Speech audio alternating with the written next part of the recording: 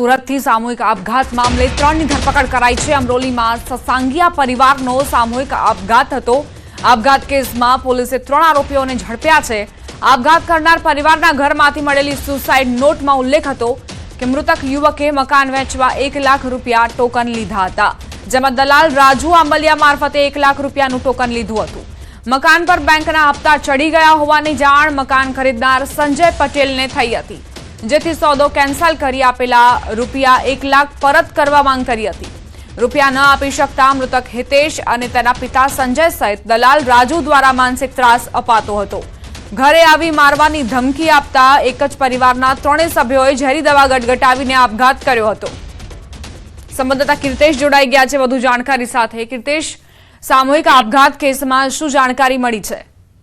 બિલકુલ, સુરતના અમરોલી વિસ્તારમાં પિતા, પત્ની અને પુત્ર દ્વારા જે સામૂહિક આપઘાતની ઘટના બની હતી તેને લઈને સુરતમાં ચકચાર મચી જવા પામી હતી, કારણ કે હીરામાં ઉદ્યોગમાં મંદીને લઈને આવકના સ્ત્રોત રહ્યા નતા અને પોતાનું જે ઘર હતું તેના પર લોનના હપ્તા ચડી ગયા હતા। જોકે મકાન વેચવા કાઢ્યું હતું ને જે વ્યક્તિને મકાન વેચ્યું હતું તેને બાણાપેટી 1 લાખ રૂપિયા આપ્યા હતા, ત્યારે કહી શકાય કે મકાનના હપ્તા ચડી ગયા એવું મકાન નવા માલિકને ખબર પડતા તેમને દલાલ મારફત પૈસાની ઉઘરાણી શરૂ કરી હતી અને જે પ્રકારે માનસિક ત્રાસ આપવામાં આવતો હતો જેને લઈને આ પરિવાર હતાશ થઈ ગયો હતો। પરિવારના મોભી ભરતભાઈએ પત્ની વનિતા અને પુત્ર હર્ષ સાથે આપઘાત કરવાની ઘટના બની હતી। જોકે આ સમગ્ર મામલે દલાલ રાજુ આંબલિયા અને કહી શકાય કે મકાન ખરીદનાર સંજય પટેલ વિરુદ્ધ પોલીસે આપઘાત દુષ્કર્મનો ગુનો દાખલ કરી 3 વ્યક્તિઓની ધરપકડ કરી છે અને તમામ લોકોને હાલ લાજ પર જેલ ખાતે મોકલી આપવામાં આવ્યા છે।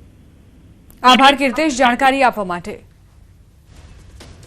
છેલ્લા ઘણા સમયથી દેશી ચકલીઓ લુપ્ત થતી જોવા મળી રહી છે, જેને લઈ ગોધરા ખાતે દાઉદી વહોરા સમાજ દ્વારા લુપ્ત થઈ રહેલી દેશી ચકલી અને પર્યાવરણ જતન અંગે જાગૃતિ લાવવામાં આવી રહી છે।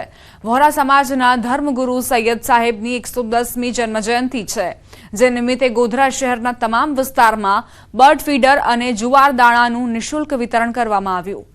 સમગ્ર દેશમાં બુરહાની ફાઉન્ડેશનના નેજા હેઠળ 53,000 બર્ડ ફીડર વિતરણ કાર્યક્રમ યોજવામાં આવ્યો, જે અંતર્ગત ગોધરા શહેરમાં 2,500 કરતાં વધારે બર્ડ ફીડર અને જુવારના દાણાનું વિતરણ કરાયું।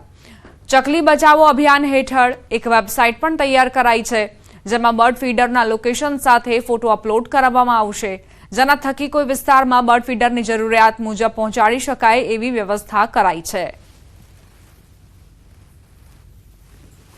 અંબોલા પક્ષી પાછા એની ગિનતી વધે અને આપણા શહેરની વિકાસ થાય, એન્વાયરમેન્ટ ફાઇન અચ્છું થાય તે વાસ્તે આ દાઉદી બોરા સમાજ ગોધરાએ પ્રોગ્રામ કીધો છે।